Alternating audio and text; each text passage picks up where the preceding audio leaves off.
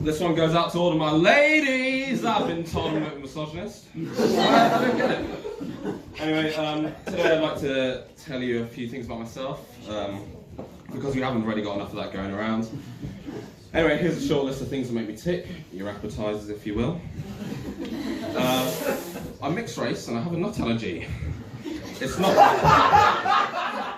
relevant, I just thought I'd mention it. In fact, that's one of the very few things that make me stop ticking. I'm quite a deplorable person. How would I describe myself? I'm the kind of person that would hypothetically smoke crack out of the end of a biro with a homeless Egyptian man in Shoreditch at the bottom of a block of flats. But neither of us live in. As a nice Muslim family walk in from a lovely birthday excursion, given the balloon emblazoned with the number 10 on the young boy's hand, you know, that kind of person, hypothetically speaking. If I had to watch one film for the rest of my life, it'd be Hitch, the Will Smith epic. For any of you that haven't seen it, it's a film which ladies' man, Will Smith, convinces a bunch of young men that the only way to lure in, and I say lure, in the woman of your dreams, is to manipulate the ladies into liking you by telling the men to completely change your personality, all the while staying true to yourself. PG-13. Heartwarming stuff. Spaghetti scared me as a child. That's not funny, it's just true. When I go away for long stretches of the time, I like to leave a tall glass of semi-skimmed milk out in the hope that I'd return to a lovely helping of cheese, preferably brie. Although I've had to stop doing it around the winter time because on one night in late December, all my hard work goes to waste. Cheese in it does something good for you. Favourite pie? Apple. But I'm not a fan of Danishes.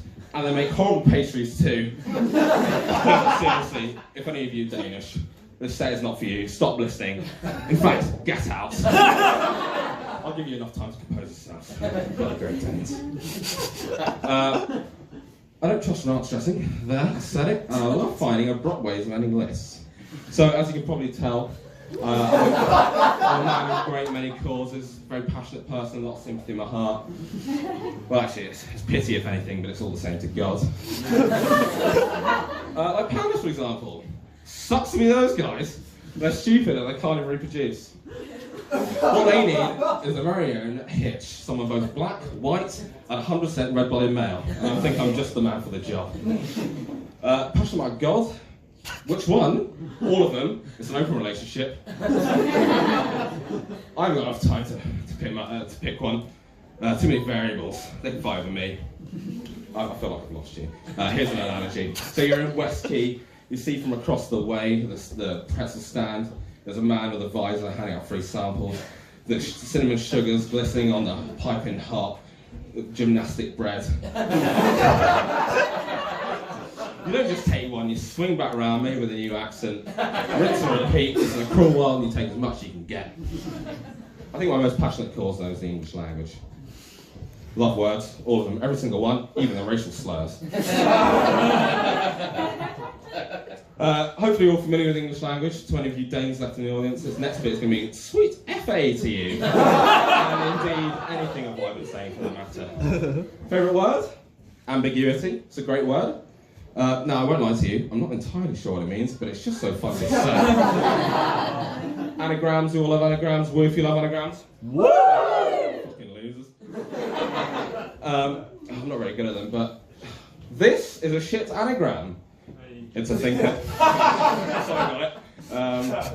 You know, I feel bad for ambiguity. I should really know what it means. It's a wonderful word, alliteration.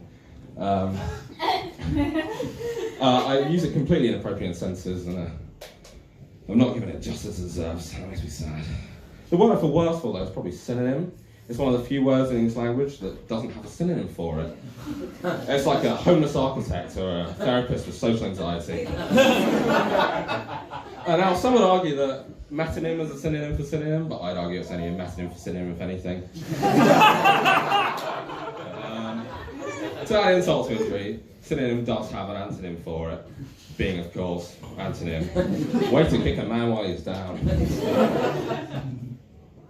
Also, side note, people like to do this, you know, like air quotes when they say something, when they want to say something they don't mean, because apparently it's easier to do a stupid, frankly punchable hand gesture instead of just, not saying anything at all.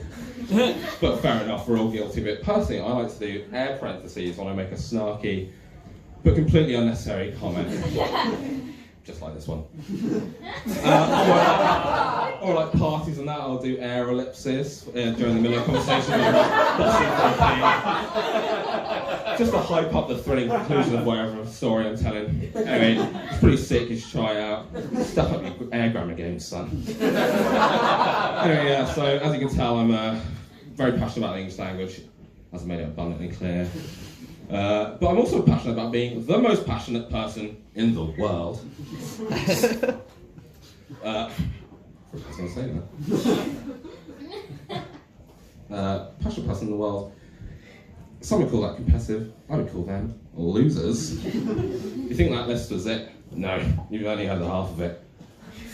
But no, in all fairness, they are right. I am pretty competitive. I mean, I genuinely stopped talking to my friend Farouk when he turned 20 because I was in the lead, bloody running laps around his stupid 19-year-old ass. And alas, this whole competitive thing does mean I can't maintain a girlfriend. Oh.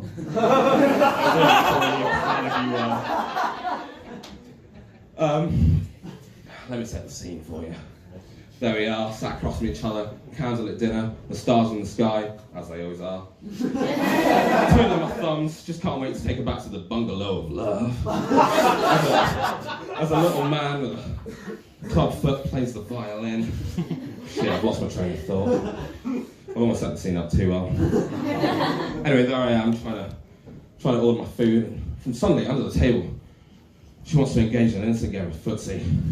Pretty saucy stuff, right? Wrong. This ain't it friendly. Lucky I've got my napkin, my pen, and my trusty tally chart template just for this very occasion. Just as the half-time hors d'oeuvres come in, 3-1 to her. It's not looking so good for your old pal Marzi. I'll cut to the chase. I lost. I always lose. Maybe that's why they leave me. For any of you that have seen me do this before, it's not gonna ending. Fuck you. I expect him to put me smoke, I didn't go on.